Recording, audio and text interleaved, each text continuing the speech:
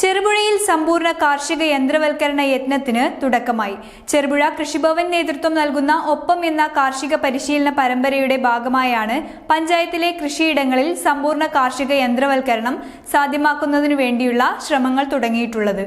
ചെറുപുഴ പഞ്ചായത്തിലെ കൃഷിയിടങ്ങളിൽ യന്ത്രവൽക്കരണം പ്രോത്സാഹിപ്പിക്കുന്നതിനായുള്ള പദ്ധതിക്ക് തിരുമേനി പകൽ വീട്ടിൽ തുടക്കമായി. ഗ്രാമപഞ്ചായത്ത് പ്രസിഡന്റ് KF അലക്സാണ്ടർ ഉദ്ഘാടനം ചെയ്തു. ചെണ്ട എന്ന് മക്കളത്തിനോട് പറയുന്നു എന്ന് പറഞ്ഞതുപോലത്തെ ഒരു വർത്തമാനമായി ഞാൻ മനസ്സിലാക്കുക. കാരണം ഞാനും ബേസിക്കായി അധ്യാപകനായിരുന്നു എന്ന് പറഞ്ഞാൽ ഞാനൊരു കർഷക കുടുംബത്തിൽ ഇപ്പോൾ കൃഷി മുഴുവനായും എൻ്റെ ഉത്തരവാദിത്തത്തിൽ വന്നിരിക്കുന്ന ഒരു സാഹചര്യമാണ്. അപ്പോൾ കൃഷിയുടെ കർഷകൻ്റെ അവസ്ഥയെക്കുറിച്ച് നിങ്ങൾക്കൊക്കെയും അറിയുന്നത് പോലെ തന്നെ എനിക്കും നന്നായിട്ട് അറിയാം. ഈ ഓട്ടോമേഷൻ യന്ത്രവൽക്കരണം ഒരുപക്ഷെ നമ്മുടെ കൂലിച്ചെലവ് കുറയ്ക്കുന്നതിനെങ്കിലും സഹായിക്കുമെന്നാണ് ഞാൻ കരുതുന്നത്. ഏറ്റവും കുറഞ്ഞ പക്ഷം അതെങ്കിലും നമുക്ക് ഉൽപ്പാദനക്ഷമത വർദ്ധിപ്പിക്കണം.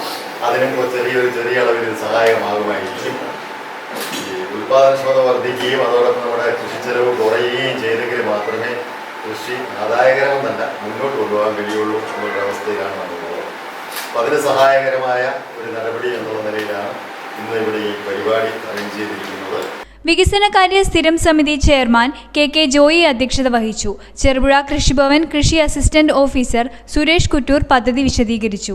സബ്മിഷൻ ഓൺ അഗ്രികൾച്ചറൽ മെക്കനൈസേഷൻ എന്നാണ് അതിൻ്റെ പൂർണ്ണ രൂപം.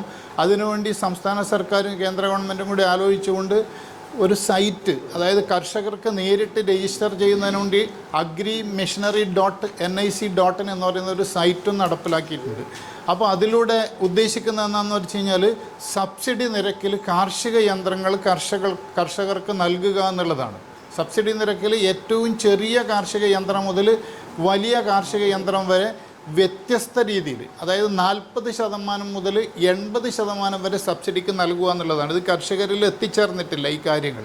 അപ്പോൾ അതിനെക്കുറിച്ച് കർഷകരെ ബോധവാന്മാരാക്കുന്നതിന് വേണ്ടിയും നമ്മുടെ പഞ്ചായത്തിൽ കൃഷി കൂടുതൽ പ്രോത്സാഹിപ്പിക്കുന്നതിന് വേണ്ടി ജൈവ കൃഷി പ്രോത്സാഹിപ്പിക്കുന്നതിനുണ്ട്. ഞാൻ ജൈവകൃഷി എന്ന് പ്രത്യേക ഊന്നൽ നൽകി പറയാൻ കാരണം എന്താണെന്ന് വെച്ചാൽ കള നിയന്ത്രണത്തിന് വേണ്ടി ചിലവ് കുറക്കാൻ വേണ്ടി പലരും കളനാശിനി ഉപയോഗിക്കുന്നുണ്ട്. പക്ഷേ കളനാശിനി നമ്മൾ മണ്ണിൽ നേരിട്ട് ഉപയോഗിക്കുമ്പോൾ മണ്ണിലുണ്ടാകുന്ന ഒരുപാട് രാസപ്രക്രിയകളുണ്ട്. അതായത് നമ്മുടെ മണ്ണിൽ ഏറ്റവും കൂടുതൽ കൃഷിക്ക് യോജിച്ചുള്ള സൂക്ഷ്മജീവികളുടെ നാശം സംഭവിക്കുന്നുണ്ട്. പഞ്ചായത്ത് അംഗം KD Praveen, Raju Urumbikkunnel, Kuttappan Kuzhimattam, VN Gopi, Timmy Elippulikkattu എന്നിവർ സംസാരിച്ചു. SMAM പദ്ധതി പ്രകാരമുള്ള സൗജന്യ രജിസ്ട്രേഷനും ആധുനിക കാർഷിക യന്ത്രങ്ങളുടെ പ്രദർശനവും സംഘടിപ്പിച്ചു. ന്യൂസ് ബ്യൂറോ, തിരുമേനി. സ്വർണം പണയം വെക്കുക, കൂടിയ തുക വാങ്ങുക, എങ്ങനെയെന്നൊന്നും ചോദിക്കേണ്ട. നേരെ ക്യാപിറ്റൽ ഫിനാൻസിയേഴ്സിലേക്ക് വന്നോളൂ. കൂടിയ മൂല്യമുള്ള സ്വർണം പണയപ്പെടുത്തി കുറഞ്ഞ തുക വാങ്ങേണ്ട കാര്യമില്ലല്ലോ. ഇനി സ്വർണ്ണ പണയത്തിന്മേൽ കൂടുതൽ തുകയുമായി സംതൃപ്തിയോടെ വീട്ടിലേക്ക് മടങ്ങാം. മറ്റു ബാങ്കുകളിൽ കുറഞ്ഞ തുകയ്ക്ക് പണയത്തിലിരിക്കുന്ന സ്വർണം തിരികെ എടുത്ത് കൂടുതൽ തുകയ്ക്ക് പണയം വെക്കാം. സ്വർണ്ണ പണയത്തിന്മേൽ EMI തവണ വ്യവസ്ഥ സൗകര്യവും. 25 വർഷത്തെ പാരമ്പര്യമുള്ള ക്യാപിറ്റൽ ഫിനാൻഷിയേഴ്സ് കരുവഞ്ചാലിലും ചെറുപുഴയിലും. കൂടിയ മൂല്യമുള്ള സ്വർണം വെച്ചിട്ട് കുറഞ്ഞ തുക ലോൺ എടുക്കണം. 1 പവൻ സ്വർണത്തിന് 48,000 രൂപ വരെ വായ്പ നൽകും. ഗ്രാമിന് 6,000 രൂപയും. സ്വർണം പണയം വെക്കാൻ ഇനി ഒട്ടും ബുദ്ധിമുട്ടേണ്ട. നേരെ ക്യാപിറ്റൽ ഫിനാൻഷിയേഴ്സിലേക്ക് വന്നോളൂ. Capital Financiers, head office Karuvanchal, branch Cherupuzha.